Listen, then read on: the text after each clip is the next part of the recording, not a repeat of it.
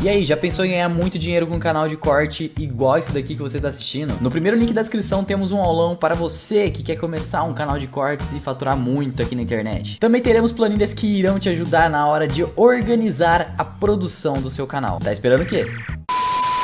Não para por aí essas confusões que tá começando, eu acho que causar ainda mais problemas na campanha do Lula. Vamos falar um pouco mais do Ciro Gomes.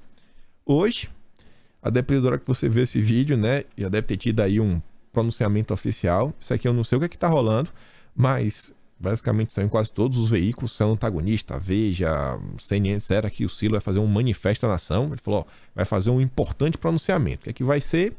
Não faço ideia. Muita coisa está sendo comentada, só deixar claro uma coisa. Ciro está se posicionando para obter votos da direita em 2026. Não se enganem. Não é opinião apenas do Diego. Essa matéria aqui do Metrópole, você pode ver, ó. Campanha de Lula e Bolsonaro vem Ciro mirando em 2026. Lá na frente.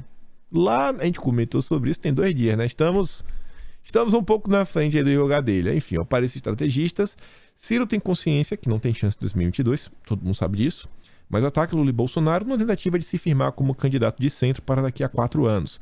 A percepção é compartilhada até mesmo por integrantes do PDT, mesmo não admitindo publicamente, ele vai querer ser candidato em 2026, disse a coluna um dirigente pedetista. E aí, olha só, então eu passo lá no Twitter, e aqui é um caso bem similar ao Oscar Filho. O Vilimigo diz, ó, é proibido criticar o Lula? Sam Pancher faz uma citação neutra para... uma citação neutra sobre a reportagem que Lula afirma que cobrará prejuízos causados pela prisão. Por esse motivo, recebeu reprimenda de outros jornalistas que se contradiz e no final mostra que sua bronca é a crítica a Lula. E olha só, o que é que rolou? Primeiro mostrar o vídeo. O Sam Pancher, né, ele que deve ter feito esse recorte, e isso falou no site do Metrópolis, falando o seguinte do Lula, né? O Estado vai ter que devolver e me pagar os prejuízos que causaram na minha vida. Ele não está falando em dinheiro. O Lula não está... Gente, olha só. O Lula não está falando de dinheiro. Ele está falando de prejuízo. O que é prejuízo? O que é prejuízo? O Lula...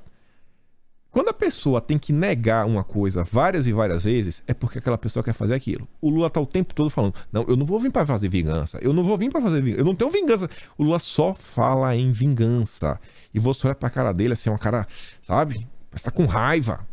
Vingança. Olha o que ele diz. Não, melhor. Antes dele falar do prejuízo, ele elogia publicamente o William Bonner. E não ficou restrito aqui o elogios à Rede Globo. Isso é uma nota na Folha de São Paulo sobre outro elogio que o Lula fez, né, por livre, espontânea vontade, mas a gente já comenta. Escuta só. Outro dia, eu achei honroso o William Bonner. No dia que eu fui na entrevista da Globo, ele teve a grandeza de dizer, presidente, o senhor não deve mais nada à justiça desse país. E quem deve são eles a mim. Porque em algum momento o Estado vai ter que devolver e me pagar os prejuízos que eles causaram na minha vida. Eles sabiam, eu não tinha nenhum problema de ficar lá, Salomão. Não tinha nenhum problema. Até porque eu já tinha sido preso em 80, fiquei 31 dias preso. Aí depois eu lembrei, por que eu estou preocupado de estar preso se o nosso querido Mandela ficou 27 anos e saiu para governar a África do Sul? Eu não sei se o Lula quer me fazer de palhaço ou de burro. O que eu sei é que essa fala não é de alguém que tá com o coração em paz. Não é mesmo. Aí o Sam Pancher, ele compartilha o tweet do Metrópolis só falando o seguinte, ó. Em evento hoje no Rio, Lula falou sobre reparação do Estado por, abre aspas, prejuízos causados pela sua prisão. Dedinho, acabou. Só isso. Aí vem um verificadinho. Samuel, só o simples fato de você ter colocado apenas na palavra prejuízos, já não é um simples compartilhamento da fala do candidato. Eu sei disso, você sabe disso, todo mundo sabe, mas você insiste nessa retórica intelectualmente desonesta. Aí o Sam responde: está entre aspas por um motivo simples. O candidato diz que teve prejuízos. Estou sendo literal a fala dele. Sem as aspas, iria parecer que eu estou afirmando que ele teve prejuízos. Um jornalista deveria saber isso, mas convenhamos, sabe, né? Só finge que não. Aí vem o militante. Velho, não tem problema ter uma opinião sobre alguém ou algum fato. Jornalista nenhum é 100% imparcial, a gente sabe disso. Todos são pró-Lula. E 100% de imparcialidade é a maior lenda no jornalismo.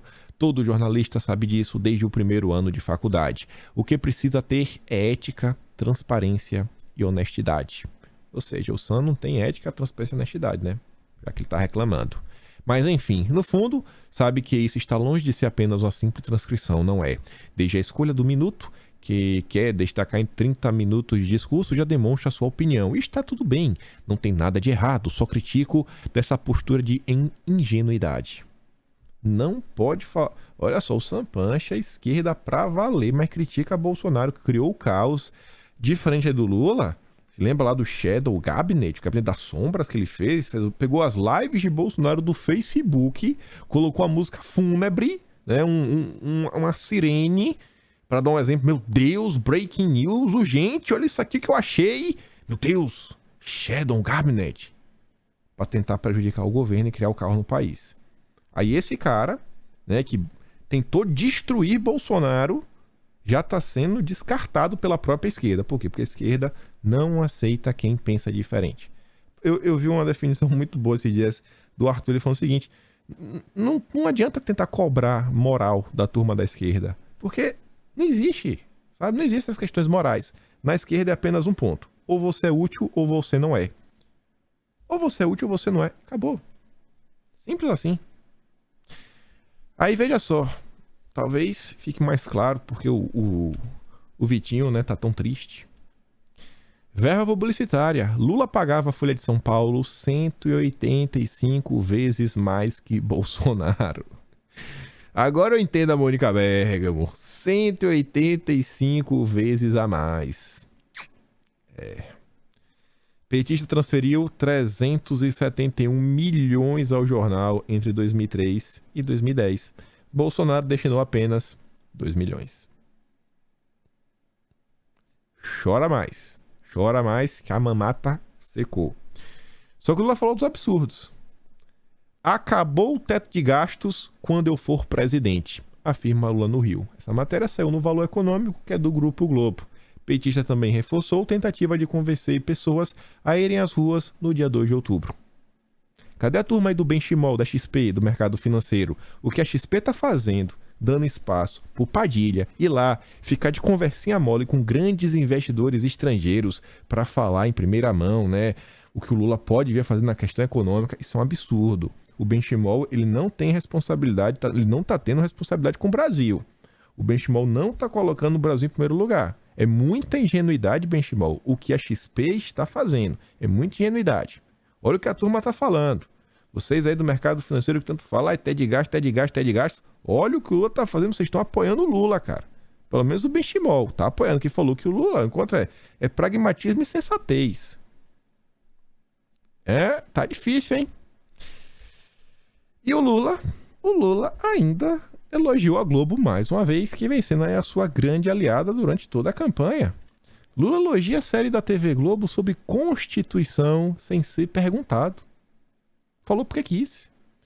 Lula fez por iniciativa própria um elogio à TV Globo. Ao ver o microfone da emissora, na saída do palco da Escola de Samba da Portela, Lula disse que gostaria de dar uma declaração. Abre aspas, aquela série, quem deveria ter feito nos partidos políticos, assisto todo dia. Uma série aí que também, né, segue batendo em Bolsonaro direto. Quem poderia imaginar que o Lula estaria elogiando a Rede Globo? Oh, estou muito surpreso. E olha só, assim como o Ciro Gomes já está olhando 2026, a gente está comentando sobre diversos assuntos. E olha como é a cabeça dos políticos profissionais. A alternativa caseira que o PT encontrou para a sucessão de Lula. Não teve nem o primeiro turno das eleições e o PT já está discutindo a sucessão presidencial. Sucessão presidencial. Nem foi, assim, nem aconteceu, já estava falando de sucessão. O Limite diz, ó, sucessor do Lula. Também por isso que o Ciro descolou do PT e não cogita apoio. Sabe que o partido enfraquecerá após a eleição. E também não tem espaço. Na esquerda, quem manda é o PT. Manda quem pode e obedece quem tem juízo. Como diz a Mônica Bergamo. Outro assunto. A gente já comentou sobre como o meio ambiente vai ser uma pauta importantíssima agora a partir de 2023. Minas e energia também será um assunto importantíssimo. Energia é só ver o que está acontecendo na Europa. E em questão de Minas, né? Pô, você fala em fertilizantes, principalmente fertilizantes químicos, né? Você precisa de inúmeros minerais. Ainda temos no Brasil hoje uma deficiência gigante de potássio, por exemplo. Minas, energia, meio ambiente. Outro ponto, constitucionalidade. Mais poder ao Congresso, o semipresidencialismo avança e pode ser votado após a eleição. Pode ser votado, né? Mas vai, não vai, vai, não vai. Eu acho que isso aqui deve ficar para a próxima eleição. Até porque a classe política, ela tá com um argumento que é o seguinte. Se o semipresidencialismo, e eles não querem fazer plebiscito. Não vão fazer plebiscito, não vão fazer referendo, não vão fazer nada. As pessoas envolvidas no grupo de trabalho, que envolve a galera do PSDB, o Temer ajudou, etc., eles vieram com a história que não tem necessidade. E que o referendo, na verdade, seria a eleição de agora. Por quê?